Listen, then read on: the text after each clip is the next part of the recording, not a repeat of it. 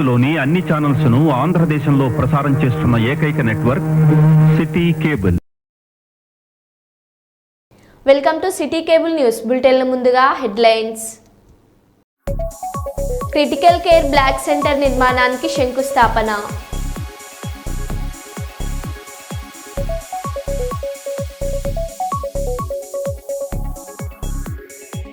మహిళపై దాడి స్పందించిన ఎంఆర్పల్లి సిఐ గోవింద్.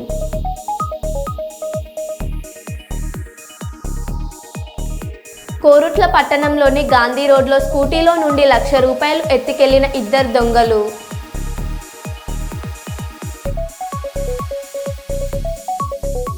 పంతొమ్మిదవ తేదీన Hanamkonda arts and science college గ్రౌండ్లో కాంగ్రెస్ ప్రజాపాలన విజయోత్సవ సభ హాజరు కానున్న సీఎం రేవంత్ రెడ్డి.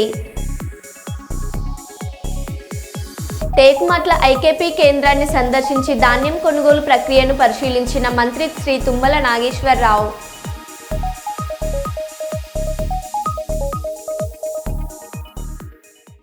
ఇక వివరాల్లోకి వెళ్తే, సీఎం రేవంత్ రెడ్డి హాజరవుతారని రాష్ట్ర మంత్రి కొండ సురేఖ తెలిపారు.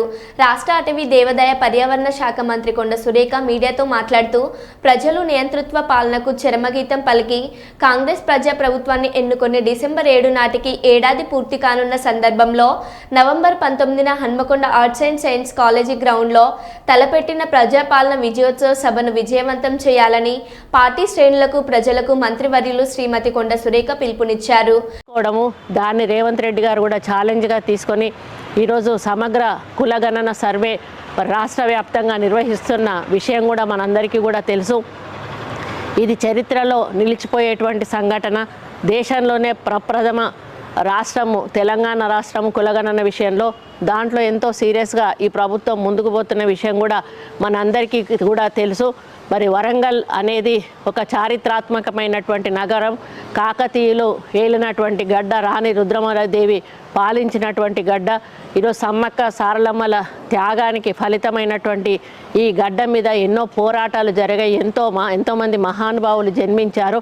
మరి అటువంటి ఈ గడ్డ మీద తన విజయోత్సవ సభ సంవత్సరం పూర్తయిన సందర్భంలో మరి ప్రభుత్వం జరుపుకుంటున్న సందర్భంలో రేవంత్ రెడ్డి గారు రావడం అనేది మా అందరి అదృష్టంగా భావిస్తూ ఉన్నాను. కాబట్టి తెలంగాణలో అందరికీ, అదేవిధంగా వరంగల్ పాత వరంగల్ జిల్లా ప్రజలకు, చుట్టుపక్కల ఉన్నటువంటి జిల్లా ప్రజలందరినీ కూడా విజ్ఞప్తి చేస్తూ ఉన్నాను.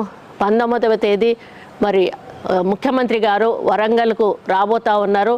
మధ్యాహ్నం 2 గంటలకు బహిరంగ సభ నిర్వహించబోతూ ఉన్నారు. ముఖ్యంగా ఇక్కడ కాళోజీ కళాక్షేత్రాన్ని కూడా వారు వాళ్ళ చేతుల మీదుగా ఓపెనింగ్ చేస్తూ మరి ఎన్నో అభివృద్ధి కార్యక్రమాలకు ఇక్కడ శ్రీకారం చుట్టడానికి వారు రాబోతూ ఉన్నారు.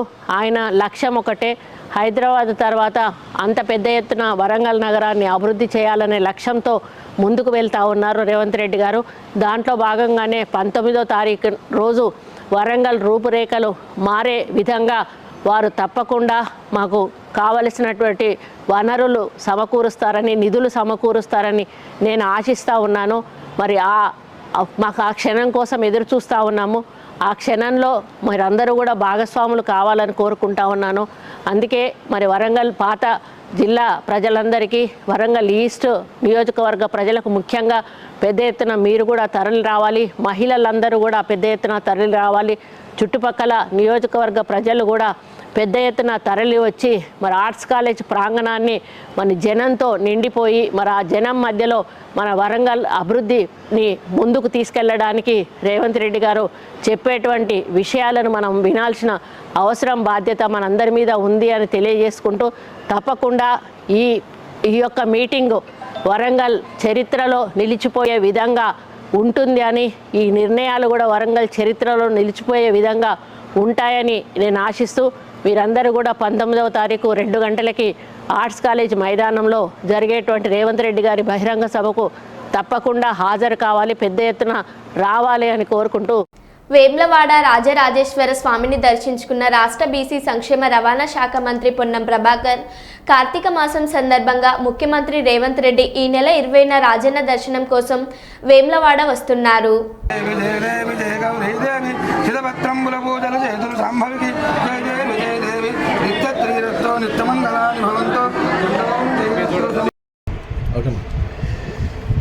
కార్తీక మాస సందర్భంగా గౌరవ ముఖ్యమంత్రి గారు వేములవాడ రాజన్న దర్శనానికి వస్తూ రాజన్న దేవాలయ అభివృద్ధితో పాటుగా సిరిసిల్ల జిల్లాలో ఉన్నటువంటి టెక్స్టైల్ ఇండస్ట్రీకి సంబంధించినటువంటి వర్గాల అభివృద్ధికి సంబంధించి ఇక్కడ కొన్ని కార్యక్రమాలు తీసుకోబోతా ఉన్నారు.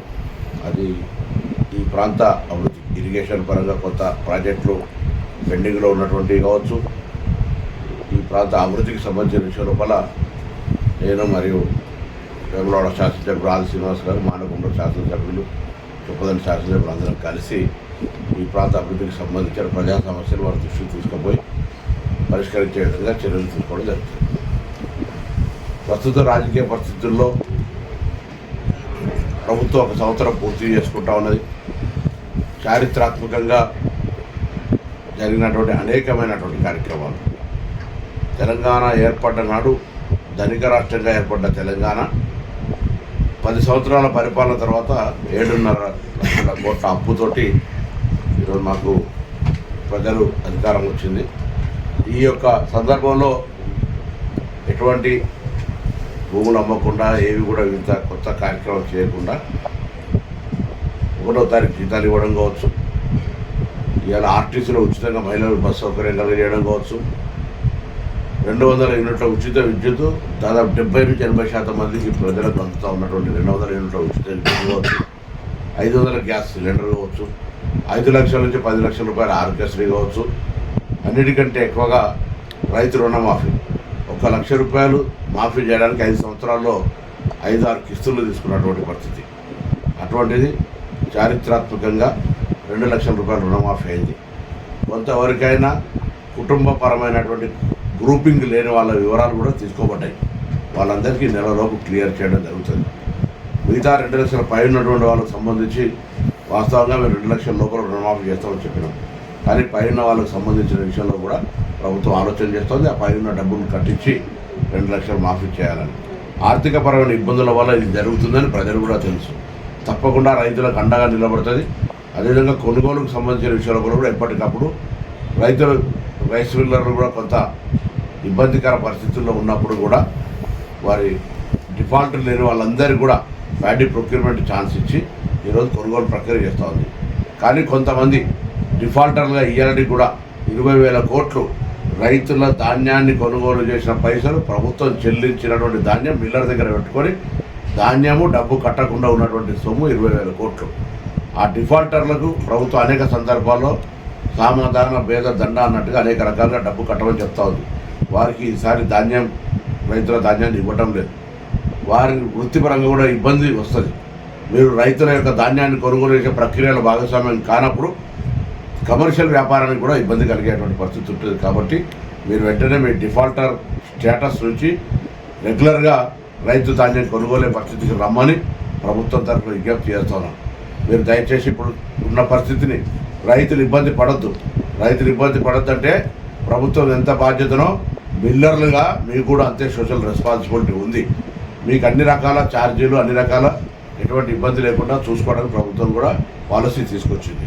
కాబట్టి ఆ రైతులకు సంబంధించిన ధాన్యం విషయంలో కూడా మొదట కొంత ఇబ్బంది అయినా మరి రైతులకు కొనుగోలు చేసే ధాన్యాన్ని అవసరమైతే ప్రభుత్వ గోదాంలో పెట్టండి అని చెప్పి ఆదేశాలు ఇవ్వడంతో ఇదంతా కూడా స్ట్రీమ్లైన్ అయింది. సన్న ధాన్యానికి కూడా 500 రూపాయల బోనస్ ఇస్తాను. భవిష్యత్తులో రైతులందరికీ విజ్ఞప్తి చేస్తాను, ఆ సన్న ధాన్యాన్ని పండించండి, బోనస్ పొందే ప్రయత్నం చేయండి. దాంతోపాటుగా మారుతున్న కాలానికి అనుగుణంగా కమర్షియల్ క్రాప్స్ కూడా వేసినట్టయితే ఆదాయం ఎక్కువ పెరిగేటువంటి అవకాశం ఉందనే మాట సందర్భంగా మనం ఇటువంటి విధంగా చైతన్యం తేవడానికి మరి అన్ని రకాల కార్యక్రమాలు తీసుకుంటున్నాం. ఇది అభివృద్ధి అటు పంచాయతీరాజ్ కావచ్చు, R&B కావచ్చు, ఇరిగేషన్ కావచ్చు, వెల్ఫేర్ కూడా చారిత్రాత్మకంగా మొట్టమొదటిసారి 40% మెస్ ఛార్జీలు పెంచి, కాస్మెటిక్ ఛార్జీలు పెంచి ఈరోజు గురుకులాలకు సంబంధించినటువంటి స్థితిగతులు కూడా మార్చే ప్రయత్నం చేస్తున్నాం. మంచిర్యాల మెడికల్ కాలేజీలో క్రిటికల్ కేర్ బ్లాక్ సెంటర్ నిర్మాణం పనులకు ఎమ్మెల్యే ప్రేమ్ సాగర్ రావు శంకుస్థాపన చేశారు. ఈ కార్యక్రమంలో DMHO Harish Raj, medical superintendent Harichandra Reddy, medical college principal Dawood Sulemani, market committee chairman, municipal vice chairman, Nagpur municipal chairman, కౌన్సిలర్లు తదితరులు పాల్గొన్నారు. एता बाणस्य महिमा अतो जागाच्च पुरुषः पादोऽस्य विश्वभूतानि त्रिपादस्यामृतं देवजातो अन्तरिक्षता पश्चात् ध्रोम्यमदो पुरुषः यत्पुरुषेण हविषा देवयज्ञामतन्वत वसन्तो ग्रीष्मेद्दत्तं ग्रीष्मे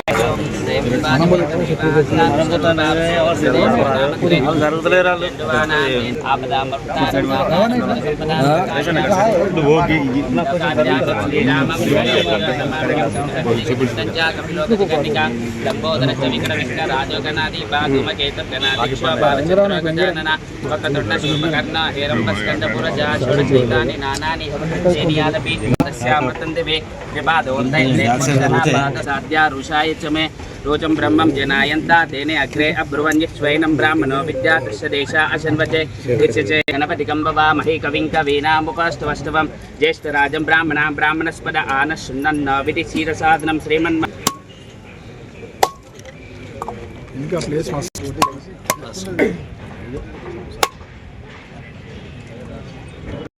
వేదిక మీద district medical and health officer Harish Raju గారు, అదేవిధంగా ప్రిన్సిపల్ గారు, సూపరింటెండెంట్ జనరల్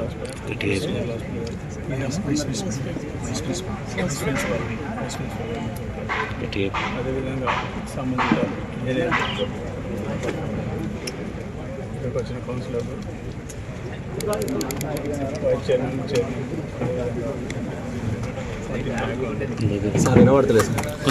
అధికారులు, నస్పూర్ మున్సిపల్ చైర్మన్, అదేవిధంగా మంచిర్యాల వైస్ చైర్మన్, స్థానిక కౌన్సిలర్. అమ్మ పేరు ఏందమ్మా? అదేవిధంగా మహిళా అధ్యక్షులు, మిగతా కౌన్సిలర్ చాలా అందరికీ, అదేవిధంగా ఈ కార్యక్రమానికి వచ్చిన మంచిర్యాల కానీ మిగతా నియోజకవర్గం కాంగ్రెస్ పార్టీ నాయకులు, అదేవిధంగా పత్రికా మిత్రులు, పత్రికలో టీవీలో కానీ ఇదేతుందో క్రిటికల్ కేర్ అంటే 50 పడకల క్రిటికల్ కేర్. ఇది ఎన్హెచ్ఎం నుంచి టోటల్ డబ్బులు ప్రభుత్వం గవర్నమెంట్ ఆఫ్ ఇండియా నుంచి దీన్ని చాలామంది పోటీ పడ్డారు. మనకు వచ్చింది ఇది ఒక 50 పడకలు క్రిటికల్ కేర్ అంటే మొత్తం అంటే ఐసీయూతో పాటు ఇంకే రకమైన వెంటిలేటర్ దాకా పోయిన పేషెంట్లకు దాన్ని నిమిషం మానిటర్ చేసి బ్లడ్లో కానీ గ్లూకోజ్ కానీ మెడికేషన్ అంటే పూర్తి క్రిటికల్ కేర్ ఉన్న వాళ్ళు పేషెంట్ వస్తారు. ఇది ఒక నిజంగా ఒక మంచిది, చాలా మంచి పరిణామం. మంచిర్యాలకు ఇటువంటి చాలా వస్తాయి.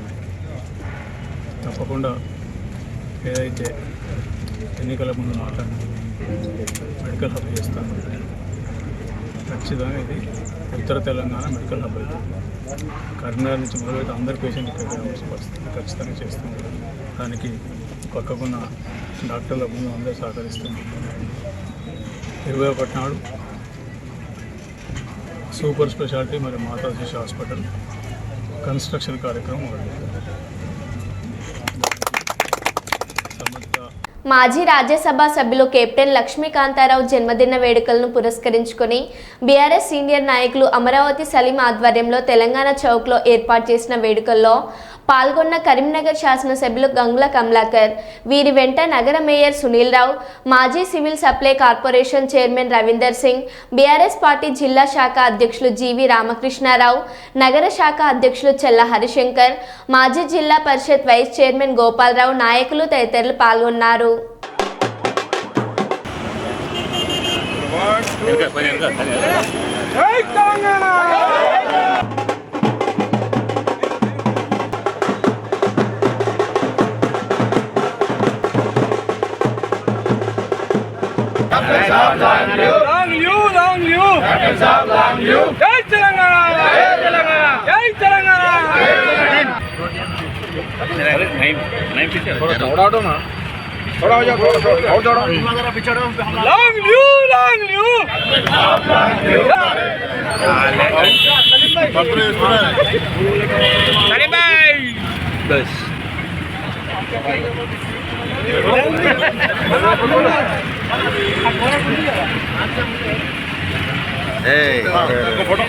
थोड़ा ऐसा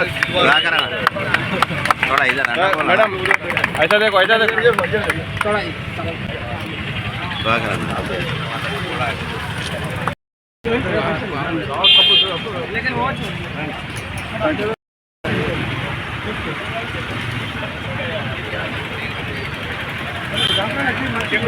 live, long live, long live. Dr. Saab, long live. Long live, long live. Dr. Saab.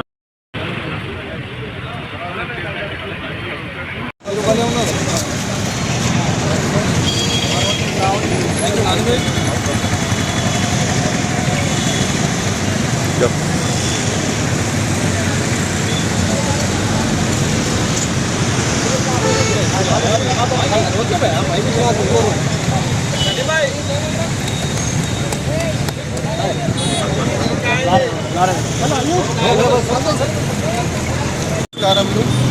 ఈరోజు టీఆర్ఎస్ పార్టీ మోస్ట్ సీనియర్ నాయకులు, అదేవిధంగా మాజీ రాజ్యసభ సభ్యులు కెప్టెన్ లక్ష్మీకాంతరావు గారి జన్మదినం ఉన్నది. ఈ సందర్భంగా మా మైనార్టీకి సంబంధించిన ఉద్యమకారులు సలీంభాయ్ ఆధ్వర్యంలో ప్రతి సంవత్సరం నిర్వహిస్తారు. ఈ సందర్భంగా తెలంగాణ చౌక్లో ఈరోజు ఘనంగా నిర్వహించినారు. ఇందులో ముఖ్య అతిథిగా మన కమలాకర్ అన్న గారు ఎమ్మెల్యే, అదేవిధంగా మేయర్ గారు, కార్పొరేటర్లు, మైనార్టీ సోదరులు, ఉద్యమకారులు అందరూ వచ్చి పాల్గొనడం జరిగింది. ఈ సందర్భంగా మరొకసారి మైనార్టీల పక్షాన డాక్టర్ లక్ష్మీకాంతరావు గారికి హృదయపూర్వక జన్మదిన శుభాకాంక్షలు తెలియజేస్తున్నాము. అదేవిధంగా వారు నిండు నూరేళ్లు సుఖ సంతోషాలతో మంచి ఆరోగ్యంతో జీవించాలని మరియు ప్రజాసేవ చేయాలని కోరుతూ థ్యాంక్ యూ. జై తెలంగాణ. నీతి నిజాయితీకి పేరు కలిగిన కెప్టెన్ లక్ష్మీకాంతరావు గారి జన్మదిన దినోత్సవానికి మీరు అందరూ వచ్చింది. అందరికీ నమస్కారం. వారు నీతికి నిజాయితీ అని చెప్పచ్చు. వారు చదువు కాగానే మిలిటరీలో పోయినరు, ఏళ్ళు పనిచేసారు, తర్వాత వచ్చిండ్రు వ్యవసాయం చేసిండ్రు, తర్వాత సర్పంచ్ నుంచి రాజ్యసభ మెంబరు, మంత్రి కూడా అయినరు. కేసీఆర్ ఉద్యమం స్టార్ట్ చేయగానే తెలంగాణ ఎడ్యుకేషన్లో పాల్గొని తెలంగాణ రావడానికి కృషి చేసి ఆఖరి వరకు కూడా తెలంగాణతో ఉన్నారు. ఇప్పటికీ తెలంగాణతో ఉన్నారు, బీఆర్ఎస్లో ఉన్నారు. చాలా నిజాయితీ గల మనిషి. వారు ఇంత కొంత కలకాలం ఉండాలి, 3 ఏళ్ళు నిండా బతకాలని భావిస్తుంది. రాజన్న సిరిసిల్ల జిల్లా బోయినపల్లి మండలం దేశాయిపల్లి గ్రామంలో సిపిఎం పార్టీ మండల నాయకులు మరియు ముఖ్య అతిథిగా సిపిఎం పార్టీ తెలంగాణ రాష్ట్ర ఇన్ఛార్జ్ మాజీ పార్లమెంట్ సభ్యులు కామ్రేడ్ తమ్మినేని వీరభద్రం మరియు అతిథులుగా సిపిఎం రాష్ట్ర కార్యదర్శి వర్గ సభ్యులు పాలడుగు భాస్కర్, అలాగే సిపిఎం పార్టీ రాష్ట్ర కమిటీ సభ్యులు తప్పెట్ల స్కైలబ్ ఆధ్వర్యంలో ఈ నెల 19న జరిగే జిల్లా 3వ మహాసభలను విజయవంతం చేయాలని సిపిఎం మండల నాయకులు ఈరోజు మీడియా ద్వారా తెలిపారు. ఈ కార్యక్రమంలో మండల సిపిఎం పార్టీ కార్యదర్శి గురుజాల శ్రీధర్, నాయకులు సింగిరెడ్డి శంకర్, ఎర్ర నాగరాజు, అనుముల రవి, ఆవుల రాములు, కడుదుల రవి తదితరులు పాల్గొన్నారు.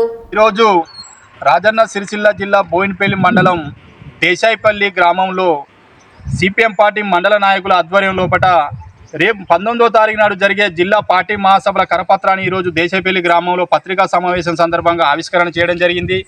మరి 19వ తారీఖు నాడు అనగా మంగళవారం రోజున జరిగే రాజన్న సిరిసిల్ల జిల్లా కేంద్రంలో సిపిఎం పార్టీ ర్యాలీ ప్రదర్శన, అన్ని రంగాల కార్మికులతోటి పెద్ద ఎత్తున ఊరేగింపు ప్రదర్శన ర్యాలీ ఉంటుంది కాబట్టి, అలాగే ఆ రోజు సిపిఎం పార్టీ రాష్ట్ర ప్రధాన కార్యదర్శి కామ్రేడ్ తమ్మినేని వీరభద్రం గారు విచ్చేస్తున్న సందర్భంలో ఈ మండలంలో పనిచేస్తున్నటువంటి భవన నిర్మాణ కార్మికులు, అమ్మాలి కార్మికులు, మధ్యాహ్న భోజన కార్మికులు, అలాగే ముఖ్యంగా బీడీ మహిళా కార్మికులు కూడా పెద్ద ఎత్తున కార్మిక వర్గం పార్టీ కాబట్టి కార్మికుల హక్కుల కోసం నిరంతరం పోరాటం చేస్తున్నటువంటి ఏకైక భారత కమ్యూనిస్టు పార్టీ సిపిఎం పార్టీ ఏదైతే ఉందో ప్రతి 3 ఏళ్లకోసారి జరిగే మహాసభలను అట్టహాసంగా విజయవంతం చేసే కార్యక్రమం కాబట్టి రేపు రాబోయే రోజుల్లో కూడా ప్రభుత్వంతో కార్మికుల సమస్యల పట్ల ఎదుర్కొనే సందర్భం వేదిక కాబట్టి ఖచ్చితంగా ఈ 3 ఏళ్లకు సరిపడా ఈ ప్రభుత్వం నుంచి ఎటువంటి సమస్యలు ఎదుర్కోవాలనే దాని మీద ఎదుర్కొనే దాని గురించి వేదిక అవుతుంది కాబట్టి ఖచ్చితంగా అన్ని రంగాల వర్గాల కార్మికులు ఈ కార్యక్రమానికి వచ్చి విజయవంతం చేయవలసిన బాధ్యత ప్రతి కార్మికుడి మీద, కార్మికురాల మీద ఉంది కాబట్టి ఆ దిశగా ఆలోచించి 19వ తారీఖు నాడు ఉదయం 10 గంటలకు రాజన్న సిరిసిల్ల జిల్లా కేంద్రం ఆర్డీఓ కార్యాలయం ముందు పెద్ద ఎత్తున ర్యాలీ ఉంటుంది కాబట్టి ప్రతి ఒక్కరు పేరున విజ్ఞప్తి చేయడం జరుగుతుంది. మండల సిపిఎం పార్టీ పక్షాన ఖచ్చితంగా వచ్చి ఆ రోజు కార్యక్రమాన్ని విజయవంతం చేయాలని మరొక్కసారి జిల్లా సిపిఎం పార్టీ పక్షాన మా మండల పార్టీ కమిటీ మండల నాయకుల పక్షాన ఈ కార్మిక వర్గానికి విజ్ఞప్తి చేయడం జరుగుతుంది. జిందాబాద్ సిపిఎం, జిందాబాద్ సిపిఎం. సిపిఎం విజయవంతం చేద్దాం. ఈ నెల 19వ తారీఖు నాడు జరిగే సిపిఎం పార్టీ 3వ మహాసభలను విజయవంతం చేద్దాం. ఈ నెల 19 నాడు జరిగే జిల్లా సిపిఎం పార్టీ మహాసభలను విజయవంతం చేద్దాం. జిందాబాద్ సిపిఎం. జగిత్యాల జిల్లా స్థానిక మున్సిపల్లో స్థానిక ఎమ్మెల్యే డాక్టర్ సంజయ్ కుమార్ పలు అభివృద్ధి పనులకు భూమి పూజ చేశారు. ఈ కార్యక్రమంలో మున్సిపల్ చైర్మన్ అడావుల జ్యోతి లక్ష్మణ్, వైస్ చైర్మన్ గోలి శ్రీనివాస్, మాజీ మున్సిపల్ చైర్మన్ గిరి నాగభూషణం, ఏఈ శరణ్, కౌన్సిలర్లు, నాయకులు, మున్సిపల్ సిబ్బంది తదితరులు పాల్గొన్నారు.